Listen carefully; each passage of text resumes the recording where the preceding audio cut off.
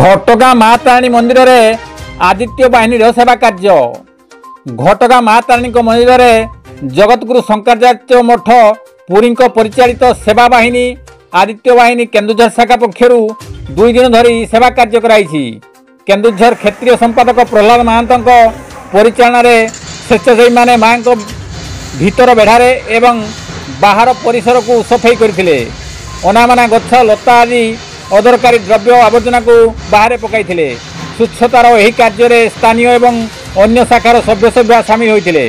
घटगाँ शाखा सेवा प्रमुख तपन बेहरा संयोजन में दुर्योधन महांत, नरसिंह साहू, मोहन महांत, चंद्रमणि नायक, दीनबंधु नायक, दशरथ महांत, चंदन पात्र, विभीषण महाराणा प्रमुख सामिल थिया बेले आनंद बाहिनी सभ्या विशाखा नायक, झुनुमणि महांत, तुलसी नायक, सस्मिता नायक, सोनाली नायक, प्रतिमा महांत, अर्चना पात्र, तारिणी मुंडा प्रमुख यही सेवा शिविर में सामिल थे।